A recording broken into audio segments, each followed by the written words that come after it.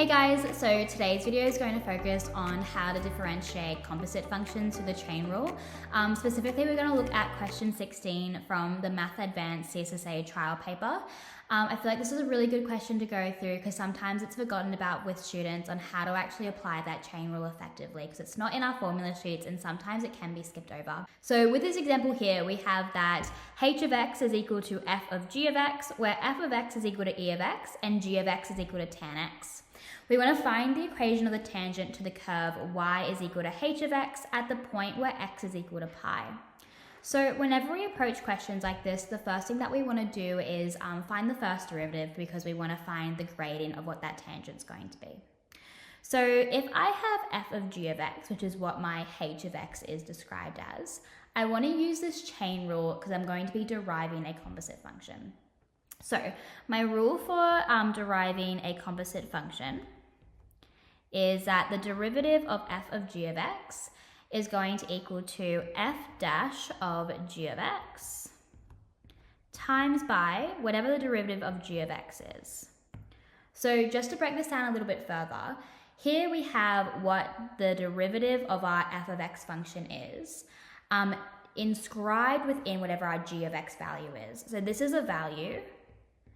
So it's whatever g of x is at that particular x value, whereas we're just deriving f dash of x, and then we just times it by the g dash of x, so the first derivative of g of x at whatever that x value is.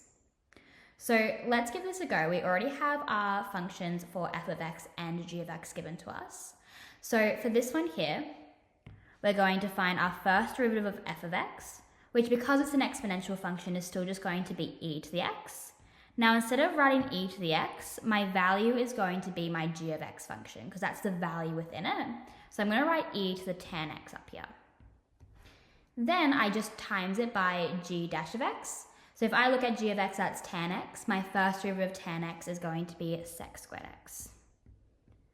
So therefore, that's my first derivative, e to the tan x times sec squared x using that chain rule. I then want to find out what the gradient is, and I'm looking for the gradient when x is equal to pi. So when x is equal to pi, I get e to the tan pi times sec squared pi. And once you plug this into your calculator, you're going to get that the gradient is going to equal to, so the gradient of my tangent is going to equal to whatever 1 times e to the 0 is,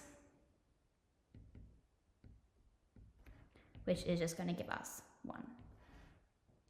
Okay, so once we found the gradient, we can move on to the next step for finding the equation of a tangent, is to put it into this point gradient form. So y minus y1 is equal to m outside of x minus x1.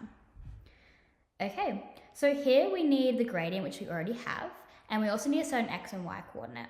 So we already know that we're looking when x is equal to pi, so we just need to find the corresponding y value to that. So once again, when x is equal to pi, I'm now going to substitute that back into my original f of g of x equation. So my f of g of x equation is going to be, so I'm looking for f of g of pi now, which is going to give me e to the tan pi, which is just equal to 1. So therefore, the point that's sitting on my curve is going to be pi 1. So reusing this point gradient formula, I'm going to go y minus 1 is equal to my gradient of 1 times x minus my x coordinate of pi.